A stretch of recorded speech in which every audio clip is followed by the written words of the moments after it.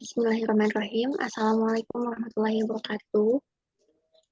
Di sini kami dari kelompok 10 2C Farmasi akan menjelaskan tentang koefisien fenol.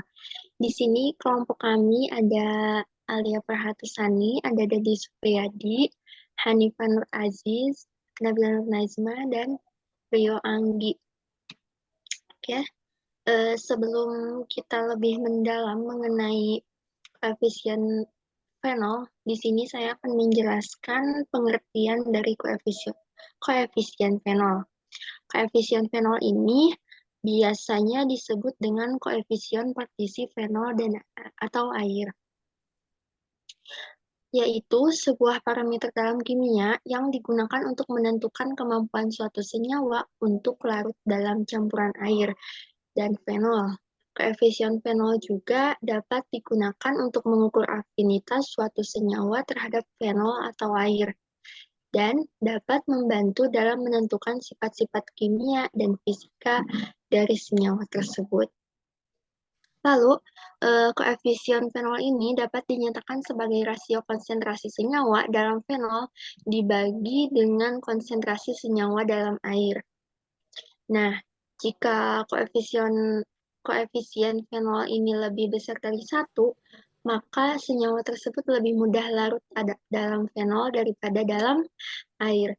Sedangkan jika koefisien fenol kurang dari 1, maka senyawa tersebut lebih mudah larut dalam air daripada fenol. Koefisien fenol dapat dipengaruhi oleh berbagai faktor, termasuk struktur molekul, senyawa, dan suhu. Lalu selanjutnya ada prinsip dari koefisien. Nah, prinsip koefisien fenol ini didasarkan pada perbedaan sifat-sifat kimia dan fisika antara fenol dan air sebagai pelarut. Fenol yaitu senyawa organik polar dengan gugus hidroksil (MinOH) yang terikat pada cincin aromatik. Sementara air itu hanya senyawa polar yang membentuk ikatan hidrogen dengan molekul-molekul lainnya. Nah, koefisien fenol ini dapat mengukur kemampuan suatu senyawa untuk larut dalam fenol dan air pada suhu dan tekanan tertentu. Senyawa yang memiliki kelarutan yang lebih besar dalam fenol daripada dalam air memiliki koefisien fenol yang lebih besar dari 1. Sementara, senyawa yang lebih mudah larut dalam air daripada dalam fenol akan memiliki koefisien fenol yang kurang dari 1. Lalu, untuk mengukur koefisien fenol ini, sejumlah senyawa dilarutkan dalam campuran fenol dan air, kemudian dicampur dan diaduk hingga tercapainya kesetimbangan. Setelah mencapai kesetimbangan, konsentrasi senyawa dalam fase fenol dan air itu diukur, dan nilai koefisien fenol itu dapat dihitung menggunakan rumus yang ada ya di rumus koefisien fenol yang A dibagi B plus C dibagi D per 2. Nah, prinsip koefisien fenol ini digunakan dalam berbagai aplikasi kimia, termasuk dalam ekstraksi senyawa organik dari larutan, terus pembuatan produk kimia seperti bahan pewarna, dan pemisahan senyawa-senyawa berbeda dalam campuran fenol dan air. Selain itu, koefisien fenol juga dapat digunakan sebagai indikator kemampuan senyawa untuk melarutkan atau mengendapkan dalam fenol yang dapat digunakan dalam analisis kimia. Untuk slide selanjutnya akan dijelaskan oleh Dadi. Oke, nah sekarang yaitu tujuan. Nah, adapun beberapa tujuan, diantaranya yang pertama yaitu untuk menentukan kemampuan mikroorganisme atau bakteri dalam menghasilkan senyawa enzimatik. Nah, contohnya itu seperti fenoloksidase atau peroksidase. Yang kedua yaitu mengukur kemampuan mikroorganisme untuk mendegradasi senyawa fenol. Nah, yang merupakan bahan pencemar umum gitu yang sering ditemukan di lingkungan sekitar kita. Yang ketiga yaitu memilih mikroorganisme yang paling efektif dalam mendegradasikan senyawa fenol dari lingkungan yang tercemar. Nah, untuk aplikasi bioremediasi, nah itu contohnya. Lalu yang keempat yaitu untuk mengetahui aktivitas enzim dan kemampuan mikroorganisme dalam memetabolisme senyawa organik tertentu. Yang kelima yaitu tujuannya untuk membantu dalam penelitian dan pengembangan produk bioteknologi. Biasanya itu yang memanfaatkan kemampuan mikroorganisme untuk mendegradasikan senyawa organik. Yang keenam yaitu memberikan informasi penting tentang kemampuan mikroorganisme dalam menghasilkan enzim dan mendegradasi senyawa organik tertentu yang dapat digunakan untuk berbagai aplikasi di lingkungan bioteknologi maupun di industri gitu. Nah, yang selanjutnya yaitu, nah yang ini pengertian desinfektan. Nah, apa itu desinfektan? Desinfektan itu merupakan suatu bahan kimia yang biasanya itu sering digunakan untuk membunuh, mengurangi jumlah mikroorganisme patogen pada permukaan benda atau di lingkungan tertentu. Nah, biasanya desinfektan ini digunakan pada tempat-tempat umum seperti di rumah sakit, pusat kesehatan, fasilitas perawatan hewan, dan lain sebagainya. Nah, selain itu, disinfektan juga dapat digunakan untuk mengendalikan dan mencegah penyebaran penyakit menular seperti influenza, tuberkulosis, dan penyakit kulit. Desinfektan dapat diaplikasikan pada berbagai permukaan. Sebenarnya itu bisa digunakan untuk lantai, dinding, furnitur, peralatan medis, dan bisa juga untuk peralatan makan.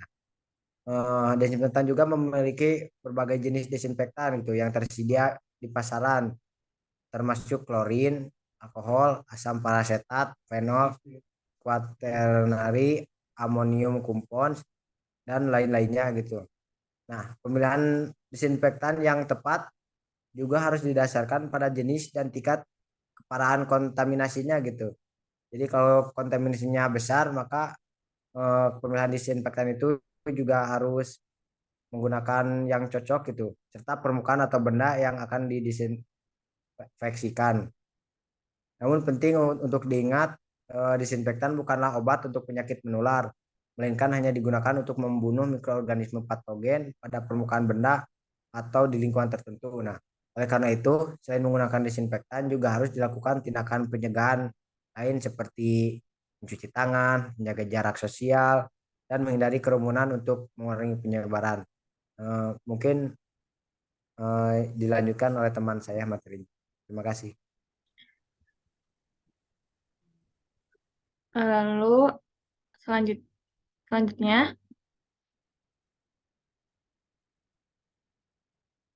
prosedur uji koefisien fenol secara umumnya membuat seri pengenceran fenol dan disinfektan yang akan diujikan, lalu penambahan bakteri yang biasanya menggunakan Salmonella typhi dan Staphylococcus aureus pada setiap seri pengenceran, lalu melakukan inkubasi pada suhu 20 derajat atau 37 derajat Celcius. Lalu setiap interval waktu 5 menit dilakukan sampling untuk ditumbuhkan dalam medium selama 2 hari. Untuk lebih jelasnya bisa dilihat pada video.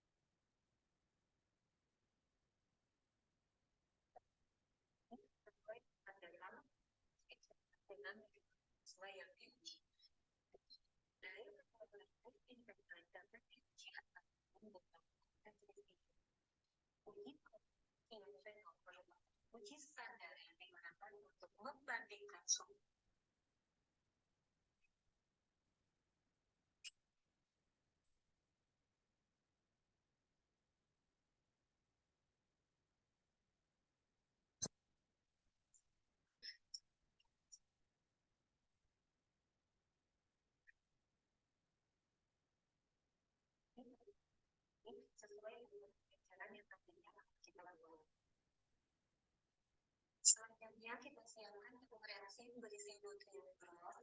Kita simpulkan nutrien broth masing-masing 61 reaksi di dalam satu tabung, di mana kita menggunakan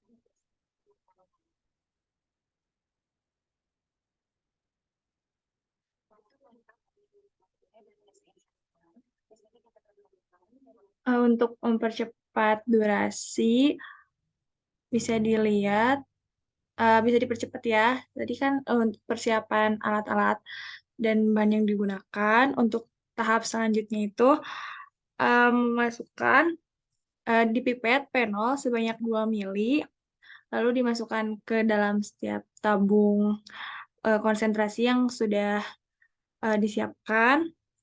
Lalu adanya penambahan aquades yang sudah dihitung menggunakan tabel konsentrasi seperti pada sudah diajarkan pada teori, lalu dihomogenkan dengan vortex mixer, kemudian mengurangi masing-masing volume tabung sesuai dengan tabel sehingga volume totalnya itu 5 mili.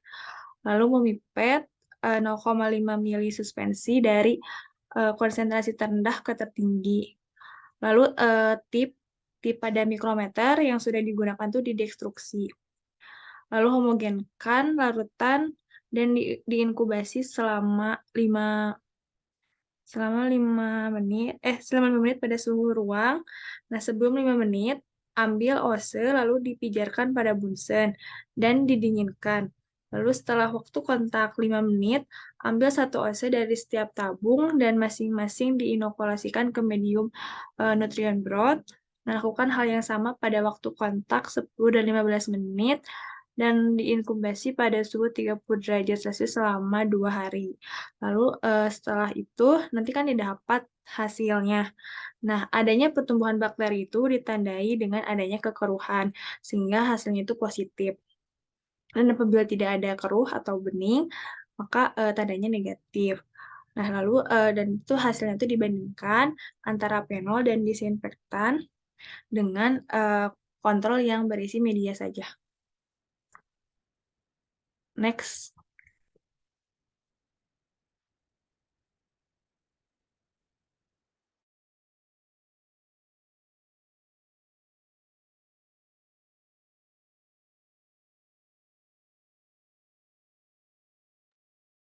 Nah, selanjutnya yaitu kelompok kami mereview jurnal yang berjudul Keefisien Fenol Produk Disinfektan yang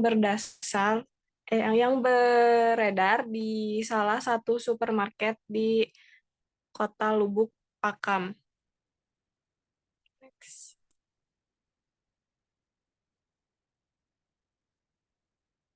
Boleh di next.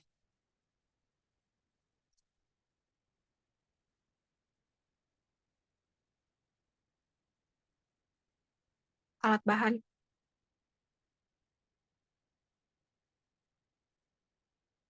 Alat bahan yang digunakan yaitu tabung reaksi bibir dengan ukuran 20 kali 150 mikrometer dan 25 kali 250 mikrometer. Dan lalu sengkelit platina berdiameter mata 4 mikrometer, spektrofotometri, pipet mikro, oven, lalu timbangan analitik, stopwatch, lalu inkubator, dan autoclave. Bahan yang digunakan yaitu fenol yang berkualitas pro analisis yang diproduksi dari Mark, lalu disinfektan dengan berbagai merek.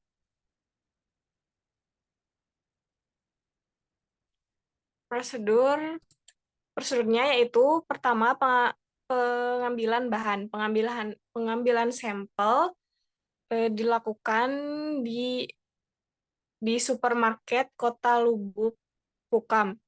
Yang kedua, penyiapan media.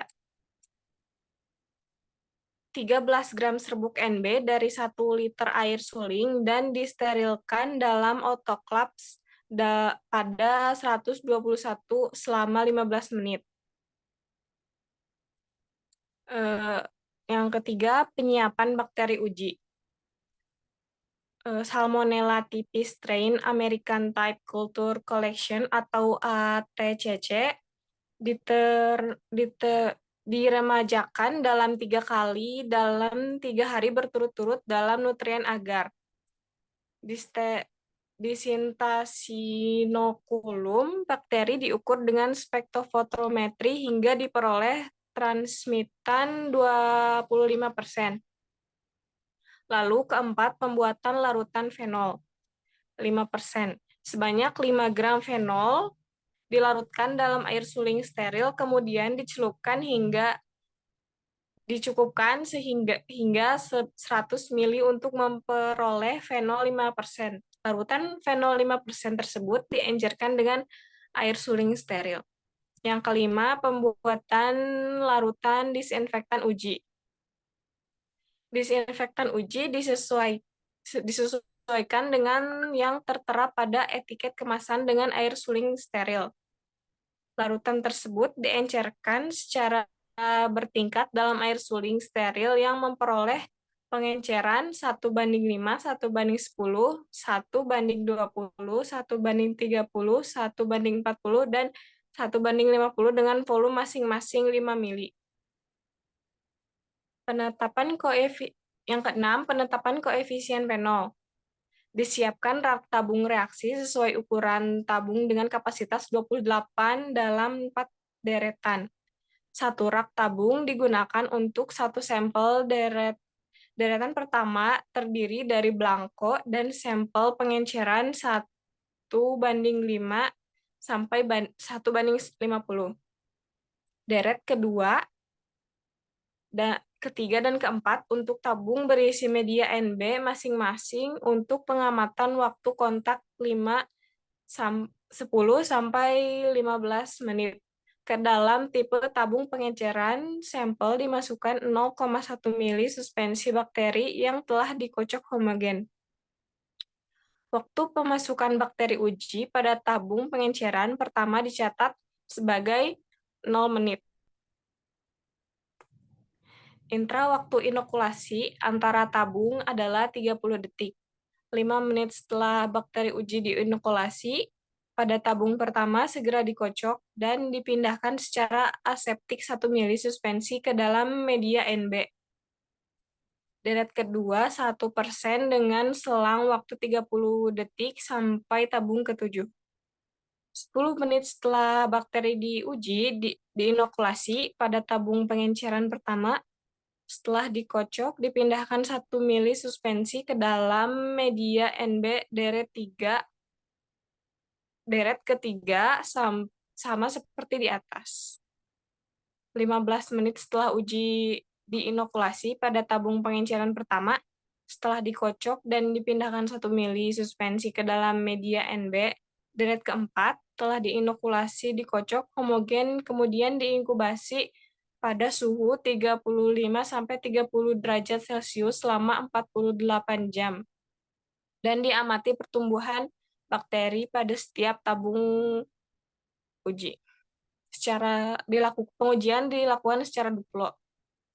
Yang 7, analisis statistik. Pada koefisien fenol produk desinfektan dianalisis menggunakan software statistical product and service solution atau SPSS versi 13.0 dengan uji Kolmogorov, Smirnov, dan Kruskal-Wallis.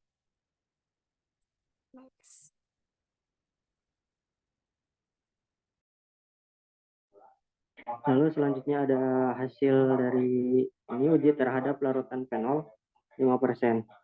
Pada tabel 1 itu menunjukkan bahwa larutan fenol 5% pada larutan blanko tidak menunjukkan adanya pertumbuhan bakteri. Dan untuk yang pengenceran 5 kali masih tidak terdapat adanya pertumbuhan bakteri. Nah, untuk yang tingkat pengenceran yang 10 kali di sini dapat membunuh bakteri dengan waktu kontak 10 menit dan tidak membunuh bakteri pada waktu kontak 5 menit. Nah, untuk tingkat pengenceran 20 kali dapat membunuh bakteri dengan waktu kontak 15 menit dan tidak membunuh pada waktu kontak 5 menit dan juga 10 menit. Untuk selanjutnya yaitu ada pada pengenceran 30 kali. Di sini tidak terdapat pertumbuhan bakteri semuanya pada lama kontaknya 5 menit, 10 menit, dan 15 menit. Dan juga selanjutnya sama juga pada tingkat pengenceran 40 kali dan juga 50 kali. Yang selanjutnya ada pada hasil dari tabel 2, koefisien fenol berbagai produk disinfektan yang beredar di salah satu supermarket kota Lubuk Pakam. Pada produk A, yaitu produk A mengandung zat aktif yaitu klorisenol silenol 4,8% yang merupakan golongan fenol. Nah, di sini memperoleh koefisien fenol yaitu 2,38. Yang kedua ada nama produknya yaitu B. Di sini produk B mengandung zat aktif natrium hipoklorit 3% yang merupakan golongan klorofor, juga merupakan oksidator kuat. Nah, di sini pada produk B memperoleh koefisien fenol yaitu 2, hanya 2. Untuk yang dengan produk C sendiri, yaitu produk C mengandung benzalkonium klorida 1% yang merupakan golongan amonium kuartener. Untuk koefisien fenol dari produk C yaitu 3.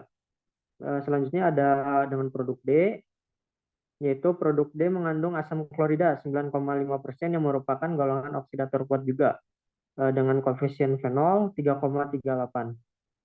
Selanjutnya ada produk E. Produk E itu mengandung asam klorida, namun efektivitasnya lebih lemah dibandingkan dengan produk D. Ya, dengan koefisien fenol 2,38. Terus selanjutnya ada produk F mengandung, nah produk F sendiri mengandung pin oil 2,5% dengan koefisien 2,63. Selanjutnya ada produk G, koefisien fenol dengan koefisien fenol 3, yaitu produk G juga mengandung pin oil namun lebih efektif dibandingkan dengan produk F. Nah, kesimpulan yang dapat disimpulkan yaitu produk disinfektan yang beredar di salah satu supermarket kota Lubuk Pakam memenuhi persyaratan efektivitas. Koefisien fenol produk A, B, C, D, E, F, G, dan masing-masing adalah 2,38, 2, 3, 3,38, 2,38, 2,63, dan 3. Nah, di sini produk D yang memiliki efek aktivitas yang paling kuat dibandingkan produk disinfektan lain, yang ditunjukkan dengan koefisien fenol yang paling tinggi dibandingkan dengan produk yang lain.